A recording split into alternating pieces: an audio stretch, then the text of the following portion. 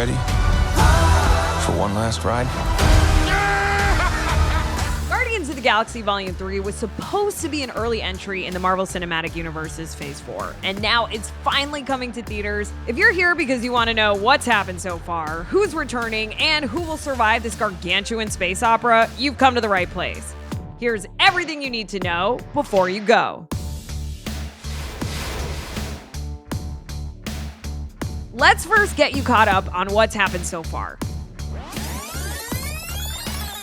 After losing his mother to brain cancer when he was 8, Peter Quill is taken in by Yondu Udonta, who is the leader of a group of thieves and smugglers called the Ravagers. Inspired by his adoptive daddy, Peter's involvement in the theft of a mysterious orb introduces him to a series of intergalactic characters, including the likes of alien assassin Gamora, Drax the Destroyer, a genetically engineered raccoon named Rocket, and a tree-like humanoid named Groot. Yeah, we know who you are. Who is she? I'm Groot. It's then revealed that Ronan the Accuser was sent by Thanos to retrieve this orb that contains the Power Stone, an Infinity Stone that can literally manipulate energy. Fearing that Ronan would use this Infinity Stone to destroy the galaxy, Gamora decides the stone is safest in the hands of the Interstellar Police Force, the Nova Corps. And for their efforts in delivering the orb, the Nova Corps has each Guardian's criminal record expunged, and they are honorably sent off as the official Guardians of the Galaxy. We'll follow your lead, Star-Lord. So in Volume 2, we flash forward a few months and we see the newly appointed Guardians of the Galaxy taking on a job to save batteries from an interdimensional monster in exchange for Gamora's estranged sister Nebula from the Sovereign People. Now, after crashing on a nearby planet, they encounter Ego, played by the wickedly handsome Kurt Russell, who is revealed to be a godlike celestial in human form and the father of Peter Quill. How does that make sense? We aren't 100% sure. He's a planet. How could he make a baby with your mother? He would smush her. It's here that the Guardians meet Ego's servant Mantis, a lonely empath who can sense the feelings of anyone she touches. Mantis develops a friendly relationship with Drax, who tries to teach her the ways of the world, even if some of those things might not be completely accurate. I'm learning many things, like I'm a pet and ugly. Once Ego's nefarious plan for intergalactic domination is revealed, Peter and the Guardians work together to take down Ego's brain, with Baby Groot planting a bomb inside the planet's core. So the bomb explodes, killing Ego, removing Peter's celestial powers, and leaving Peter to die alone on the planet. But alas, Peter is saved by his adoptive father, Yondu, who sacrifices himself to bring Peter back to his ship to join the rest of the Guardians. He may have been your father, boy, but he wasn't your daddy. For his selfless heroics, the Guardians hold a funeral for Yondu, where many of his Ravager buddies attend, including Yondu's right-hand man Kraglin, who eventually dons Yondu's control fin and telekinetic arrow. In mid- and post-credit scenes, Ravager leader Stakara Gord, played by Sylvester Stallone, reunites with his ex-teammates to go, quote, steal some shit. Groot grows into a moody teenager, and the Sovereign leader Aisha creates Adam, an artificial being with whom she plans to destroy the Guardians. I think I shall call him Adam.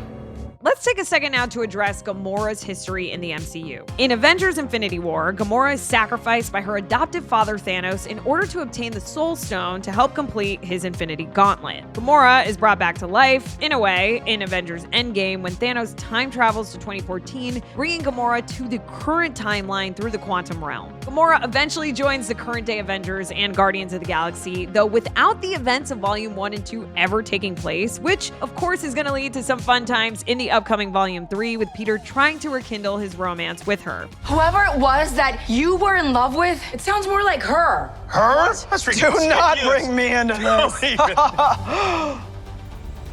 Knock it off! Now, the last time we saw the Guardians in action was in 2022's Thor: Love and Thunder, where they actually teamed up with the God of Thunder to protect innocent people across the galaxy. After feeling overwhelmed by the amount of distress calls, though, that they were receiving, Star-Lord decides that it's basically best if the Guardians split up from Thor to cover more ground, much to Thor's distress. But when Star-Lord gives Thor an inspiring pep talk about the joys of love and the sadness of losing the ones you love, Thor gives him his own ship and ventures off to save the people of New Asgard. You've grown too attached, damn it. I knew this would happen. You must go.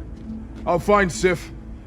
You answer the other calls. The galaxy needs its guardians. And finally, in the Guardians of the Galaxy holiday special, it's revealed that Mantis is Peter's half-sister. Love a good plot twist and also a holiday special. Can we normalize more of these, please? You're coming with us. as a Christmas present. I hope you got all that because now you are finally all caught up. You left out some important information, but that is the gist of it. So, what can we expect in Guardians of the Galaxy Volume 3? From the looks of the trailers, it's clear that there will be a conflict between the Guardians and the High Evolutionary, which is the entity seemingly responsible for augmenting Rocket into his current form. And if the trailers are anything to go by, his return is going to lead to Rocket finally reckoning with his past and encountering someone he left behind. He didn't want to make things perfect. He just hated things the way they are.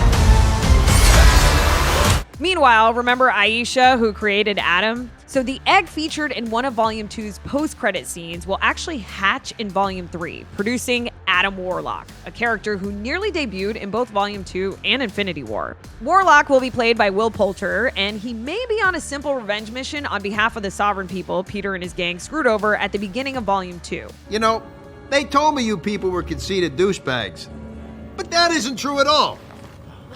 But despite all of this looking like another fun Guardians adventure on paper, the trailers released for the film so far have hinted at this being a pretty grim conclusion to the series. From Peter begging the others for one last ride, to Drax saying it's been an honor to work beside his friends, it is entirely possible the conclusion will come down to the characters realizing the time to move on has come.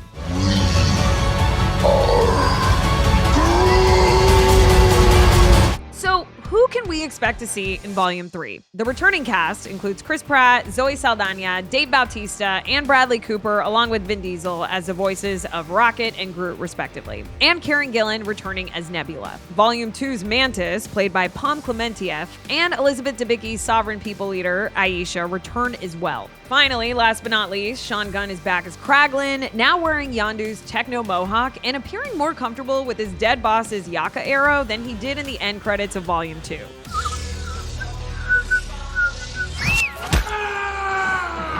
Kraglin may be the leader of the Ravagers, although that leadership role may have been assumed by Sylvester Stallone's Stakara Gord, who also returns for this new adventure. The High Evolutionary will be played by Chakudi Iwuji, who worked with James Gunn in the HBO Max series Peacemaker. So what exactly is the future for the Guardians? Director James Gunn has made it clear that this is his last story with the team and that his commitment to the new DC cinematic universe will keep him away from Marvel for at least a decade. Meanwhile, the Guardians themselves and their actor counterparts can always resurface in other film series should they survive the events of Volume 3.